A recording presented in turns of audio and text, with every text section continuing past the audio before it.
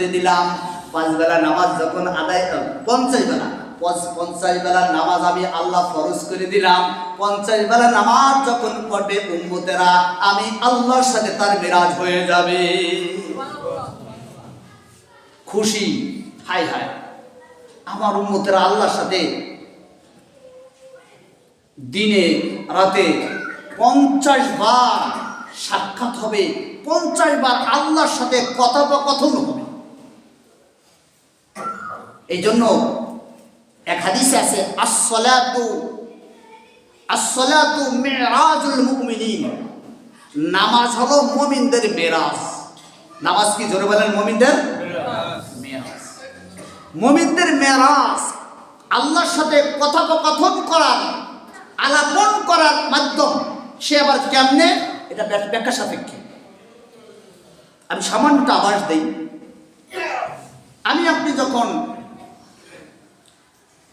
নামাজের মধ্যে যখন সূরা ফাতিহা পড়ি, ফাতিহা পড়ার সময় বলি আলহামদুলিল্লাহি রাব্বিল আলামিন, বলি কি না? আমি আপনি যখন আল্লাহর প্রশংসা করি, সমস্ত প্রশংসা আল্লাহ তাআলার, যিনি বিশ্ববাসীর লালনকারী পালনকারী রব। যখন আমি আপনি নামাজের মধ্যে বলি, আল্লাহ তাআলা এর জবাবে বলেন হামিদানি আবদি, আরে আমার বান্দা আমার প্রশংসা করেছে। বান্দা কি করেছে?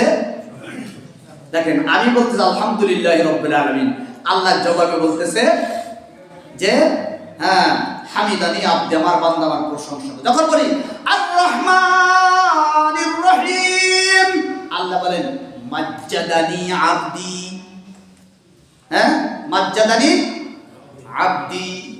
এরপরে যখন বলি মালিক ইয়াউমিদ্দিন, যখন বলি তখন বলেন মাজ্জাদানি আবদি। আর রহমানির রহিম যখন বলে আসনা আলাইয়া আবদি, আমার প্রশংসা করেছে, হ্যাঁ, এবং বলেন যে আমার মর্যাদার কথা বলেছেন। এইভাবে আল্লাহ তাআলা বলতে থাকেন। এক পর্যায়ে গিয়ে আমি যখন বলি ইয়াকা না'বুদু ওয়া ইয়াকা নাস্তাঈন, আপনারই ইবাদত করি এবং আপনার কাছে সাহায্য চাই, বলি কি বলি না? তখন আল্লাহ বলেন কি সাহায্য চাও? মা সালতা, তুমি যা চাইলা তাই আমি আল্লাহ তাআলা তোমাকে দান করব। তখন বলি ইহদিনাস সিরাতাল মুস্তাকিম, আল্লাহ আপনি আমাকে সিরাতে মুস্তাকিম এর রাস্তা আমাকে দেখায় দেন। সিরাতে মুস্তাকিম মানে সোজাসুজি জান্নাতে যাওয়ার রাস্তা, এটা আমাকে আল্লাহ বলেন যাও, তোমাকে আমি আল্লাহ সেটা দান করব। যাই হোক, এইভাবে আল্লাহ তাআলার সাথে নামাজের মধ্যে বান্দার কি হয়? কথোপকথন হয়, আলাপন হয়। এই জন্য নামাজকে মেরাজ বলা হয়েছে। আল্লাহ বলেন আমার হাবিব আপনার উম্মত দিনে রাতে 50 বার আমার সাথে মেরাজ হবে। সুবহানাল্লাহ। কতবার? আল্লাহ নবী খুশি, হাদিয়াটা নিয়ে চলে আসছেন।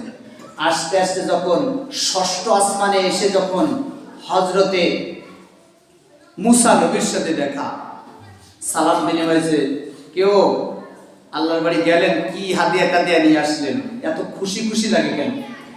বলে হ্যাঁ অনেক কথাবার্তা হয়েছে, তো আল্লাহ আমার উম্মতের জন্য দিছে 50 ওয়াক্ত নামাজ, আলহামদুলিল্লাহ দিছে। হযরত মুসা নবী কয় আমি তো দুনিয়াদারি করে আসছি, আমি জানি, আমি দুনিয়ায় দেখছি অবস্থা। আপনার উম্মত কিন্তু অল্প শর্ট সময় পাবে, সামান্যতম বয়স পাবে, কাজে ব্যস্ত থাকবে, ব্যবসা বাণিজ্য থাকবে, গরু ছাগল পালবে, ক্ষেত খামার করবে, বিভিন্ন ব্যস্ত ফেসবুক নিয়ে ব্যস্ত থাকবে, বিভিন্ন কায়দায় তারা এরকম ভাবে বিজি থাকবে, ঠিক কিনা? এই জন্য আপনার উম্মত পারবে না। আল্লাহর কাছে যান, গিয়ে 50 থেকে কিছু কমায় নিয়ে আসেন। চলে গেছেন 5 ওয়াক্ত কমাইছে 45, বলে আবার আসার পরে আরো কমায় নিয়ে আসেন। এইভাবে করতে করতে 5 ওয়াক্ত নিয়ে আসে, ঠিক কিনা? শেষ পর্যন্ত কয় যে 5 ওয়াক্ত পারতো না। কিছু লোক আছে 5 ওয়াক্ত পারে না, আছে না নেই? বলে আরো কম না, আমার এখন লজ্জা লাগতেছে। এখন যাওয়ার পরে যদি মোটেই সবই যদি চলে যায়, 5 ওয়াক্তই চলে যায়, তাহলে আমাদের মতো কিছুই পাইবে না। আল্লাহ রাব্বুল আলামিন দেখে বলেন আমার বন্ধু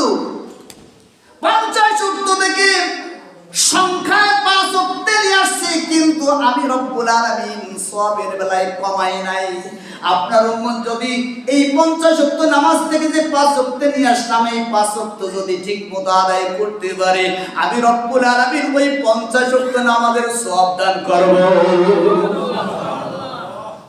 এটা আমরা খুশি না বেজার? খুশি। এই মেরাজের এই বড় হাদিয়াটা গ্রহণ করলেই আমাদের মেরাজের আলোচনা সার্থক।